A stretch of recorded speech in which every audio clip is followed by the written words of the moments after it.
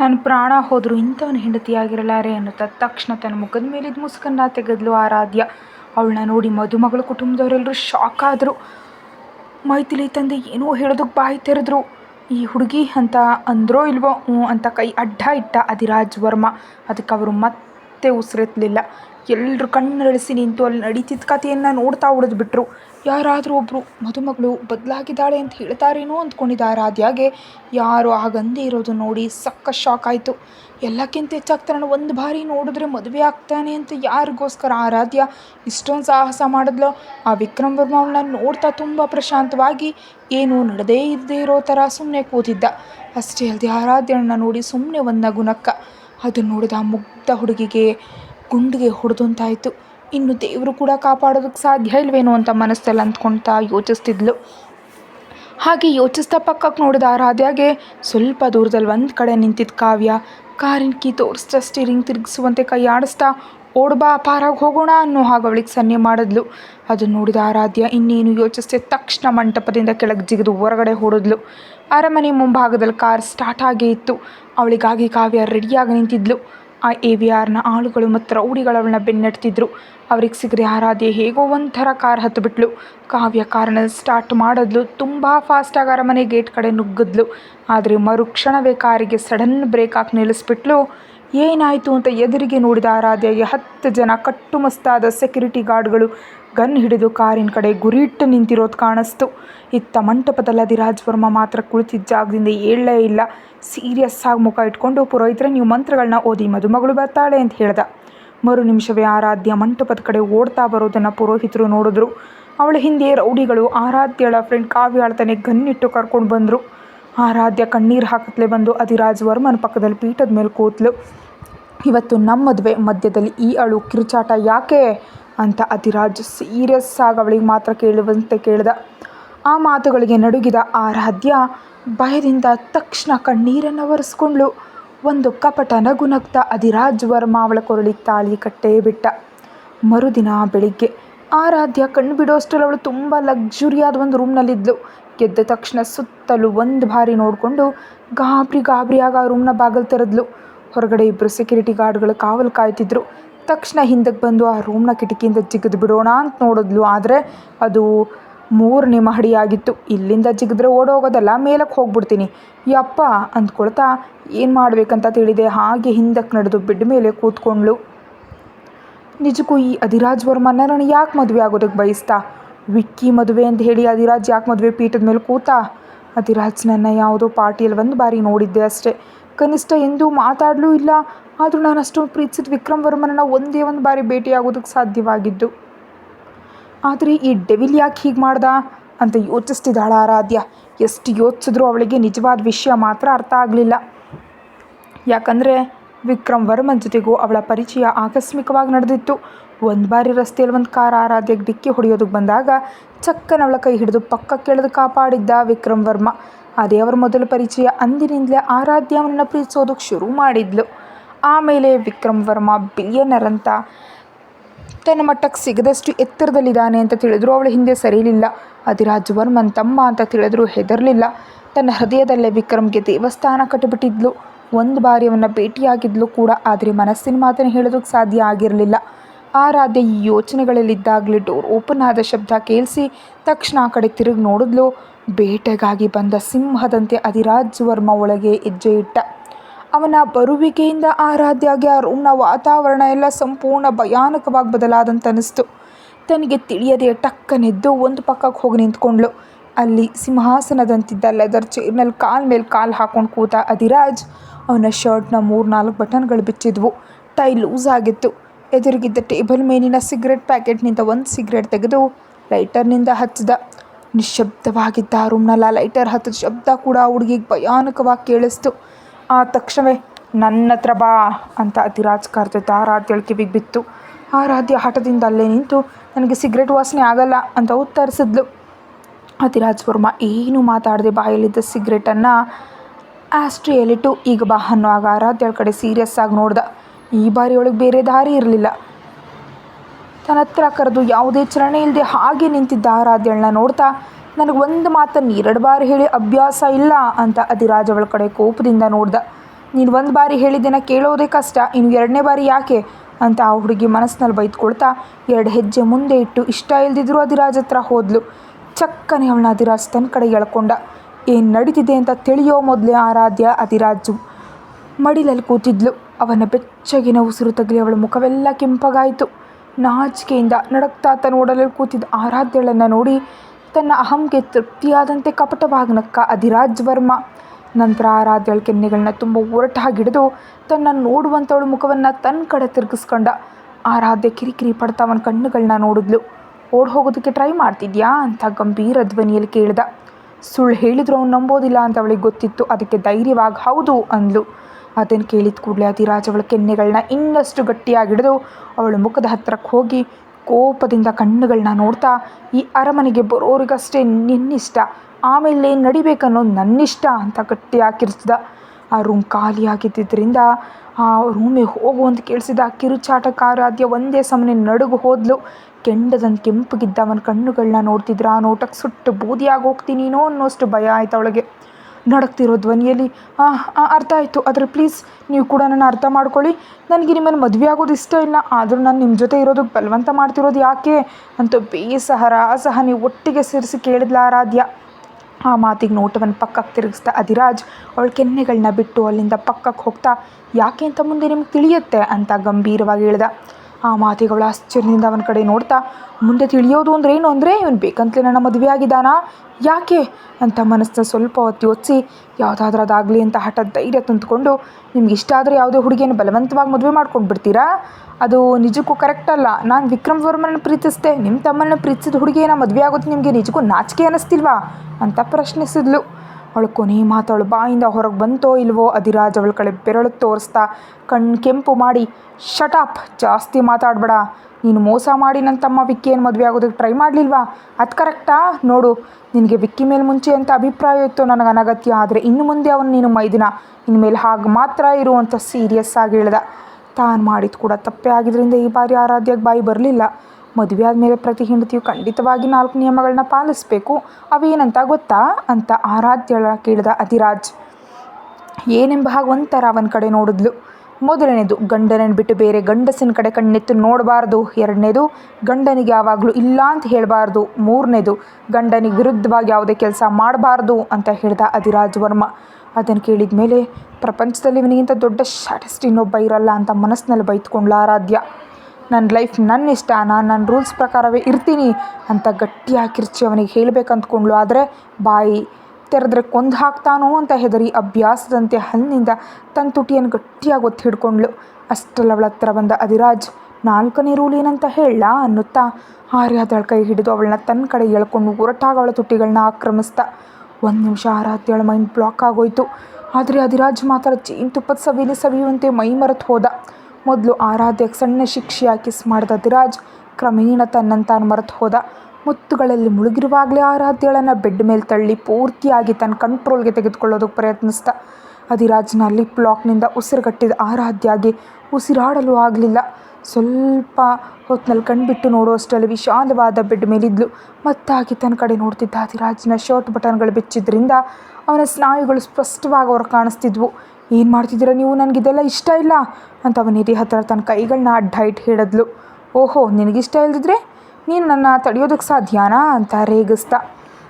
ಅಧಿರಾಜ್ನ ಪಕ್ಕಕ್ಕೆ ತಳ್ಳೋದಕ್ಕೆ ಆರಾಧ್ಯ ತುಂಬ ಟ್ರೈ ಮಾಡ್ತಿದ್ದಾಳೆ. ಆದರೆ ಅವನ ಬಲದ ಮುಂದೆ ಇವಳ ಗುಬ್ಬಚ್ಚಿ ಬಲ, ಇವಳ ಶಕ್ತಿ ಏನೇನೂ ಸಾಲ್ತಿಲ್ಲ. ಕೊನೆಗೆ ಅಧಿರಾಜ್ ಅವಳ ಕಡೆ ಒಂಥರ ನೋಡ್ತಾ, ಸರಿ ನಾನು ಫ್ರೆಶ್ ಆಗಿ ಬರ್ತೀನಿ, ನೀನು ಮೊದಲ ರಾತ್ರಿಗೆ ರೆಡಿಯಾಗಿರು ಅಂತ ಮಧುರ ಧ್ವನಿಯಲ್ಲಿ ಹೇಳಿದ್ದ. ಆಮೇಲೆ ಟವಲ್ ತೆಗೆದುಕೊಂಡು ಬಾತ್ರೂಮ್ಗೆ ಹೋಗುವಾಗ ನಿಂತು, ನೀನು ಕೂಡ ನನ್ನ ಜೊತೆ ಬರ್ತೀಯಾ ಅಂತ ಆಸೆ ಕಣ್ಣುಗಳಿಂದ ಅವಳ ಕಡೆ ನೋಡ್ದ. ತಕ್ಷಣ ಛೀ ಅಂತ ಅಸಹ್ಯ ಪಡ್ತಾ ಪಕ್ಕಕ್ಕೆ ತಿರುಗಿದ್ಲು ಆರಾಧ್ಯ. ಅವನ ಗರ್ವದಿಂದ ತನ್ನಲ್ಲೇ ಒಂದು ನಗುನಕ್ಕು ಬಾತ್ರೂಮ್ ಒಳಗಡೆ ಹೊರಟೋದ. ಆರಾಧ್ಯಗೆ ದುಃಖ ಉಕ್ಕು ಬರ್ತಿತ್ತು. ವಿಕ್ಕಿಯನ್ನು ಎಷ್ಟು ಲವ್ ಮಾಡಿದ್ದೆ, ಅವನು ಕೂಡ ನನ್ನ ಪ್ರೀತಿಸಿದ್ದಾನೆ ಅಂದ್ಕೊಂಡು ಅನಗತ್ಯವಾಗಿ ಲೈಫ್ ಹಾಳು ಮಾಡಿಕೊಂಡೆ.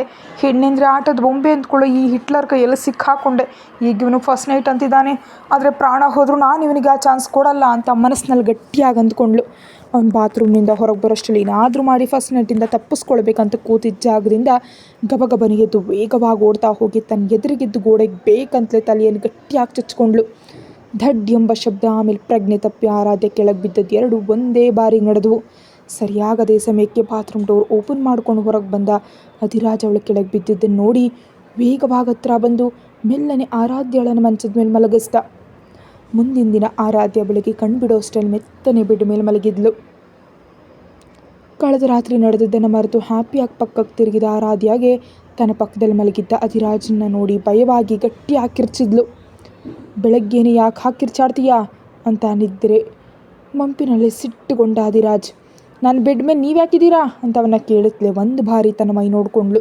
ಅವಳ ಮೈ ಮೇಲೆ ಬಟ್ಟೆ ಇಲ್ಲದಿದ್ದರಿಂದ ಶಾಕ್ ಆಗಿ ಗಟ್ಟಿಯಾಗಿ ಕಿರಿಸ್ದಾಗ ಗಬಗಬನೆ ಅಲ್ಲೇ ಇದ್ದ ಹೊದಿಕೆಯನ್ನು ಎಳೆದು ಅಪ್ಕೊಂಡ್ಳು. ಆರಾಧ್ಯ ತನಗೆ ತಿಳಿಯದೆಯೇ ಅಧಿರಾಜ್ ಮೃಗದಂತೆ ತನ್ನ ಮೇಲೆ ಬಿದ್ದು ಆಸೆಯನ್ನು ತೀರಿಸ್ಕೊಂಡಿದ್ದಾನೆ ಅಂತ ಅರ್ಥವಾಗ್ತಿದ್ದಂತೆ ಆರಾಧ್ಯ ಜೋರಾಗಳೋದಕ್ಕೆ ಶುರು ಮಾಡಿದ್ಲು.